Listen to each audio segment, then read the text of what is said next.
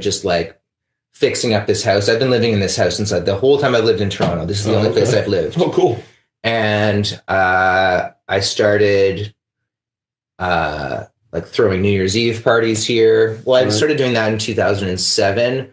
But I got a tool shed in the back. I've got, I was doing photography for a while. So there's enough space in this house. I was able to keep my photo gear here, able to keep my tools here, have the band gear here. And I was a sound tech. So I spent a lot of time just like one day I'd be taking photos. The next day I'd be doing sound for a show. Right.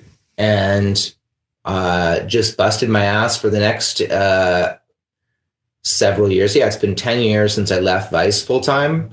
And for the, like, I guess, and then also so I was doing photography, whatever. And then I got a job on the Strombolopolis show at CBC. Oh, okay. For a year. George came to one of my New Year's Eve parties. Oh, nice. And that was like the year that he came, it was like the year that my parties went from being something that a group of a few hundred people knew about to sort of being like in the public consciousness of Toronto. Yeah, because you said fucking Toronto media would show up to these things, right? So explain this to me.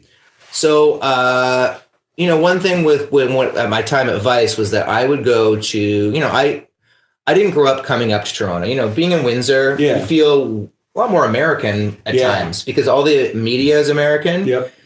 We never had cable growing up, so I never watched much music or anything. And we're all exempt from the CRTC stuff in Windsor. Exactly. Yeah. So I didn't know any Canadian music at all. And so I would just go out to anything when I worked at Vice that I could get on the guest list for. It could be like a media event for vacuum cleaners. And if there was a guest list, like I would go because I was just trying to figure out what the fuck was going on in the city. Right. And I had this access through them. Nice. Even though there wasn't any editorial here, it was still just like they'd have us come out to stuff. And so, and through the number of, and Vice would throw parties and sort of got some, insight there. And so I learned, and I had the contacts to throw really good events here. Mm-hmm. Couldn't do them every day. It was all about taking 6 months at a time to like collect all of the favors, I guess, in a sense, or like ask people to, to curate the event. So, when, and I'd put up the PA myself, I'd have like a band in here, band in the basement. And, I have a giant backyard. So people would I have like tents in the backyard. So, but because people can't see this, but figure it out. We're in fucking Toronto. It's not like you live on a farm. Yeah. Right. This is a small neighbor. Like you're in a city neighborhood. Yeah. Here. You had thousands of people come out here and your neighbors hundreds of people come out and your neighbors didn't hang you. Well, because I didn't do it very often. Okay. And I would have I'd put baffles in these windows. All right. So that window would be all just covered with egg carton foam and curtains. Okay.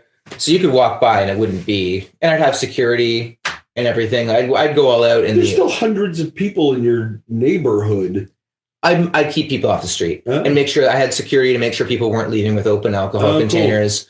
So there's things I did to make sure. Yeah. And because I was doing it, on New Year's Eve, and then I'd have one summer barbecue. Okay. During North by Northeast. Oh, okay. So it wasn't that my neighbors had to deal with it every day. It's just amazing to me that you could get away with throwing a party that large in I don't know if you can now, because it's the thing. It's the city's changed so much. Everything's so unaffordable here now. Right. I'm just lucky I've been here for so long. Right. If and when I lose this place, I'm gonna have to figure out something else for sure, because the rents here are out of control these days. Yeah. Mine isn't, but I've been here for 14 years. Right. Our full audio episodes on Spotify, Apple Podcasts, or anywhere you find your audio podcasts.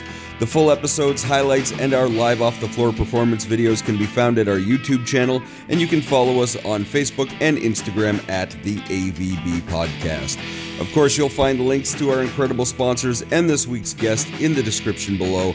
The AVB Podcast is part of the Border City Network. Find more great content at bordercitynetwork.com. See you next time, folks. Bye-bye.